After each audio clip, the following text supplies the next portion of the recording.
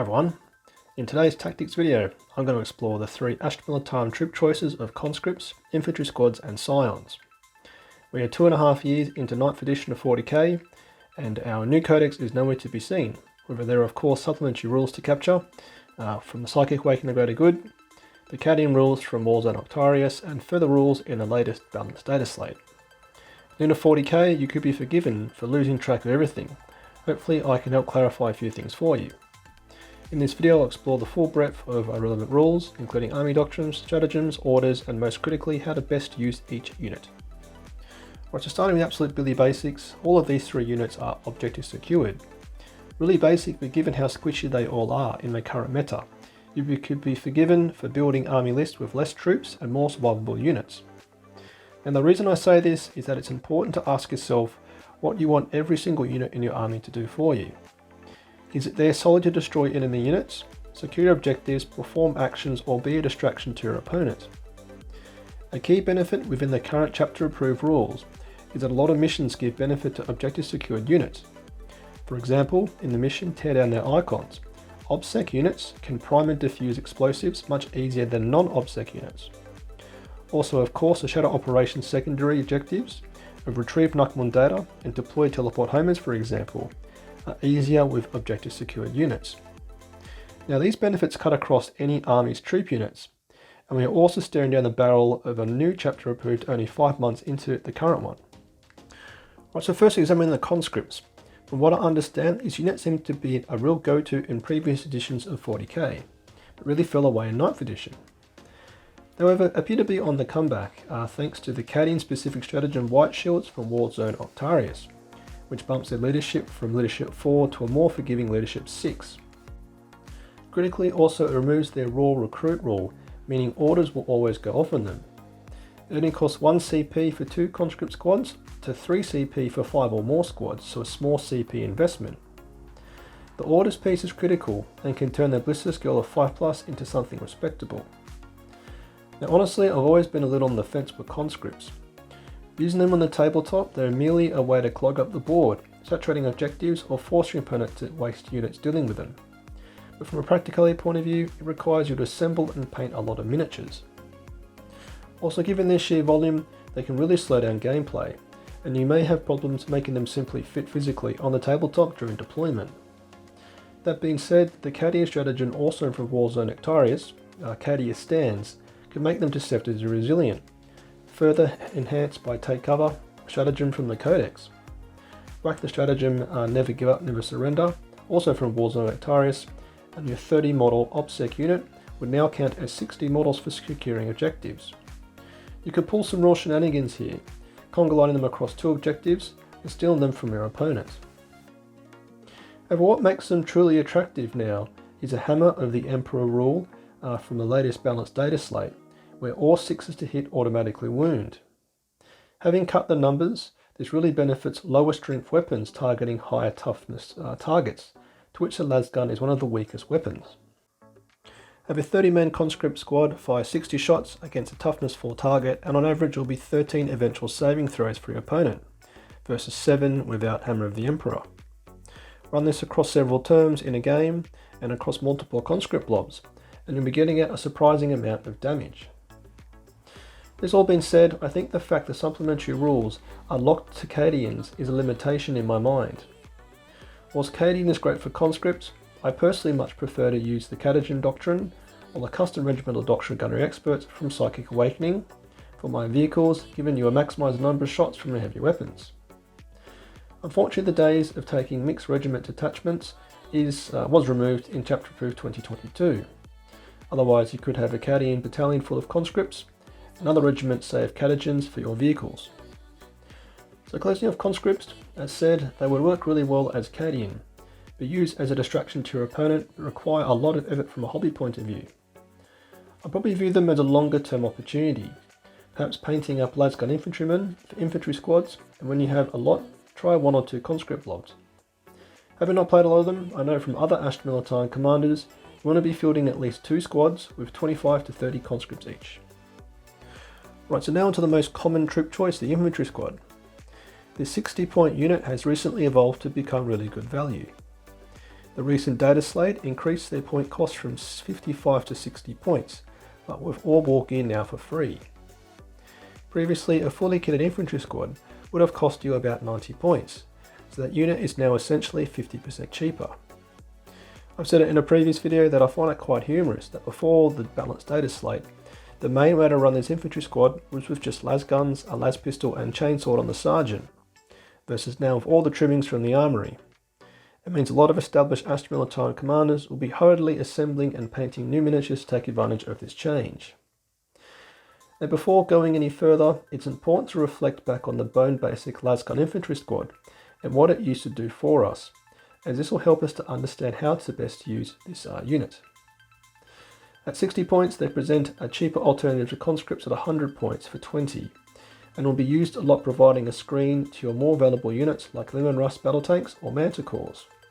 Also, they'll be key to performing any action-based objectives, in particular in home table quarters.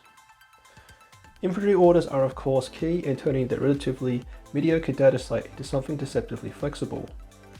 Key orders include front rank fire, second rank fire, getting at a ton of lasgun shots, fixed bayonets to fight in the shooting phase, and of course move, which could see an infantry squad make an average 18-inch move in a single turn. Prior to the recent balanced dataslate, front rank fire, second rank fire was more for the fun of throwing down handfuls of dice. The Hammer of the Emperor has of course greatly increased the damage output of the humble lasgun. Here we now need to examine the war gear layout of this unit, taking advantage of the free goodies, but also Hammer of the Emperor. Now the easiest order to include is Voxcasters. Previously they didn't see much play, but now they are free, and they'll work really well with the improved orders now essentially being exploding orders, able to be passed along infantry unit to unit. An 18-inch order range from a Voxcaster is clearly a huge improvement, and you can really pushing orders out quite far, taking advantage of the infantry officer's voice of command ability having a 6-inch range, passed on by a Voxcaster with an 18-inch range, and then passed on to another unit 6 inches away from the receiving Voxcaster unit. As to the shooty and stabby items, one thing to not discount is the simplicity in gameplay. 9 las guns and a las pistol is really easy to roll and run quick map hanner, as opposed to a plasma pistol, melter gun, autocannon and 7 las guns for example. This is important in tournament play and will avoid you getting bogged down with complexity, but this isn't me saying to stick with 9 las guns, only to be aware of this. For the sergeant, the simple go-to weapon will be the plasma pistol and power sword. The AP-3 and superior strength are unbeatable. Equipping the model itself has now been made a lot easier, by the infantry kit now having the upgrade sprue, something it didn't always have. As to the special weapon, I would suggest the plasma gun. It's a good all-round choice, and partnering with the plasma pistol simplifies what orders to give if you decide to supercharge both of them. This being said, the melter gun should also be considered, given its high damage potential. Think about your wider army list. Do you have some infantry squads forward deployed with melter guns with a hope they are in range quicker, than ones deployed further back equipped with plasma guns and a longer range? As to the other options of flamers, grenade launchers and sniper rifles, they just don't stack up against power weapons. Shame for me, as I've got 6 grenade launchers painted up from 8th edition. And the heavy weapon team is an area of great debate. The las cannon is a very attractive option, given its high strength, AP and damage potential, but only has a heavy 1, limiting the chance of you hitting the first place. The missile launcher is a good all-rounder, but kind of a jack of all trades, master of none. The mortar should be set up in a heavy weapon squad, set at the back of the board, safely tucked out of line of sight, which leaves only the heavy bolter and autocannon. The key limitation on these though is the AP-1. Also, with the recent balanced dataslate, all Space Marines, Chaos Space Marines and Sisters of Battle received a buff to all incoming attacks, reducing its AP by 1, and this consideration is directly solely at them. That being said, these weapons trade AP for volume of shots, being 3 heavy bolter shots and 2 autocannon. I personally would go with the autocannon, on account for its strength 7. This means against all infantry targets, you are always wounding on a 3+, as opposed to the heavy bolter, which would be wounding on a 4+ against orcs or custodians. So I know potentially controversial heavy weapon, but I would recommend a plasma pistol, power sword and the sergeant, plasma gun and autocannon. Now, as to how many infantry squads to field in your 2000 point list, I'm definitely not going to suggest a minimum or a maximum. I think a way to think about infantry squads is that they may have got a lot more shooty on account of the free walkie and Hammer of the Emperor, but they're still the squishy toughness 3 5+ save, which will evaporate from any concentrated firepower. I definitely wouldn't pin your hopes on infantry squads suddenly performing a whole lot better, and I caution against you relying upon them doing any serious damage dealing. Hammer of the Emperor is going to definitely help, but 6s to hit is only a 70% chance. The roll-off infantry squads shouldn't change, being a screen, performing actions, or being sent up the board via move. For me, the irony of Hammer of the Emperor is you actually want your infantry squads to be fielding all las guns, as the chance of rolling a hit roll of 6 is way better on a las gun firing 4 times at rapid fire range with front rank fire, second rank fire than a single shot of a melter gun, for example.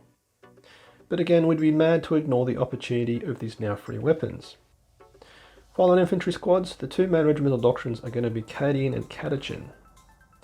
Like the conscripts, I'd be choosing an army doctrine based more on how it impacts your main units like Manticores, Basilisks or Leman Russes, more so than the infantry squads you run. I'm personally a massive believer that the Catechin doctrine is the best all-round, benefiting both your infantry and vehicles. Okay, so lastly the Tempestus Scions. Now to start, these have been kind of nerfed by being excluded from the Hammer of the Emperor rule. I'm a bit indifferent to this, as Scions were already quite shooty, but I do feel it's a bit of a miss that overall Astra Militarum is a bottom tier army. Now thinking about Scions, it's again down to what you want to use this unit for. Their ballistic skill of 3+ and ability to take a lot of special weapons means they can be quite devastating. Will you be using them purely for their deep strike ability, dropping in behind enemy lines or securing that last table quarter for retrieved Nocturne data, or do you intend to use them as damage dealers? The first is quite easy to approach, with plain basic 5-man squads fielded within your parent detachment, i.e. Catechin battalion. They clearly won't benefit from their Catechin army doctrine, just their organic data slate, but a huge benefit is they'll be preserving your CP by just having a single detachment. My current army list only fields a single Scion squad in my Catechin battalion, and they are used solely, as I said before, to secure that last table quarter for engage all fronts and perform retrieve Nocturne data. Now if you're going to use them as damage dealers in a separate detachment, your Scion doctrine choice will be coming from the Psychic Weapon of Greater Good.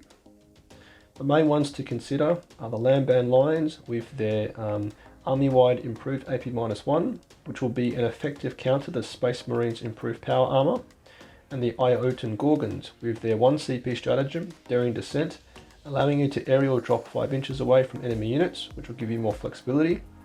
Plus also their Legion trait extends the range of all rapid fire weapons by 6 inches, which is a real boost to hotshot las guns, which feel quite stunted at only 18-inch range. Whichever army doctrine you choose to run, you'll always really want to be maximising the damage the Scions can do. Like the infantry squads, pairing these with a Tempestus Prime will be crucial to maximising their ballistic skill of 3+. With a base cost of 45 points for 5 models, they can start to soak up a fair amount of points once equipped with special weapons. Now a glitch in the current points is that a Sergeant called a Tempesta gets a plasma pistol for free, whilst a bolt pistol costs 2 points. This will one day be fixed, but it's been this way for over 12 months, so always give your Sergeant a plasma pistol. As to melee weapons, just go with the free of cost chainsword. A power sword feels like a good idea, but if your Scions are in melee they probably shouldn't be, and the toughness 3 4+ save means it won't be sticking around for long anyway. Now crucially, the special weapons and squad size. I found 6 in a squad works well, as it means you have 3 normal dudes to take wounds before the special weapon gunners become casualties. As to the weapon choices, the 2 main ones are the plasma gun and melter gun again. Really basic again, but try to always group the same ones in squads, again to make giving orders straightforward. The hotshot volley gun could work, as it's only 5 points versus the other 2 being 10 points. The Lamban Lions have a stratagem called Gifts of the Mechanicus, which for 1 CP inflicts a mortal wound on a wound roll of 6 on hotshot weapons, so the las gun and hotshot volley gun. I've had good success with this in the past on a squad of 10 with 4 hotshot volley guns, with it on average inflicting 3 mortal wounds, plus of course all the other AP-3 hits on account for the regimental doctrine. That's clearly a bit of a gimmick I've used in the past, but the preference, as said earlier, is 6-man squads with either 2 plasma or melter guns. Don't forget the stratagem killing zone for 1 CP. It adds 1 to the wound roll for a target unit if they've taken casualties from another shooting attack by Scions. So like a version of Cadian overlapping fields of fire stratagem from the Codex, but influencing the wound roll. This could be a great way to finish off a unit with a follow-up attack by a second Scion squad. The Iotan Gorgon's Daring Descent stratagem means melter guns are within half range, so improving their damage to the d6 plus 2, and also within range to throw a crack grenade, which a Scion's equipped with, so every little helps. So to close off Scions, I emphasise what I covered earlier, being what you want to actually use a unit for. If they're purely to be securing table quarters or behind enemy lines, stick with a bone basic 5-man squad within a parent detachment. If you want them to be doing some damage dealing, have them in their own detachment, be it landbound lines, Iotan Gorgons. As said before, Hammer the Emperor and exclusion from this has kinda nerfed them, but I'm confident they'll still be quite shooty. Potential detachment composition will be just kept to a single Tempesta Prime and 3 6-man squads with 2 special weapons each. Right, so there you have it, the 3 troop units we have to work with. If you're new to 40k, hopefully it's helpful as you navigate it all and allows you to start building an effective army list. For the more seasoned Astra Militarum commanders, I also hope some of this has been stimulating to you, perhaps helping you think a bit different about all this. Let me know in the comments. Patron Platoon, sound off. Tank Commander Glenn, Tank Commander Mitchell, Tank Commander Watchdog Van Etten, Colour Sergeant DuPont, Sergeants Brady, Vidal, Gilliam, Merrill, Veterans Gibson, Hall, Lundeen, Witten, Guardsman Combs, Hills, Nitton, Nguyen, Smith, Tom, Tompkin, Conscript Craft, Conscripts England.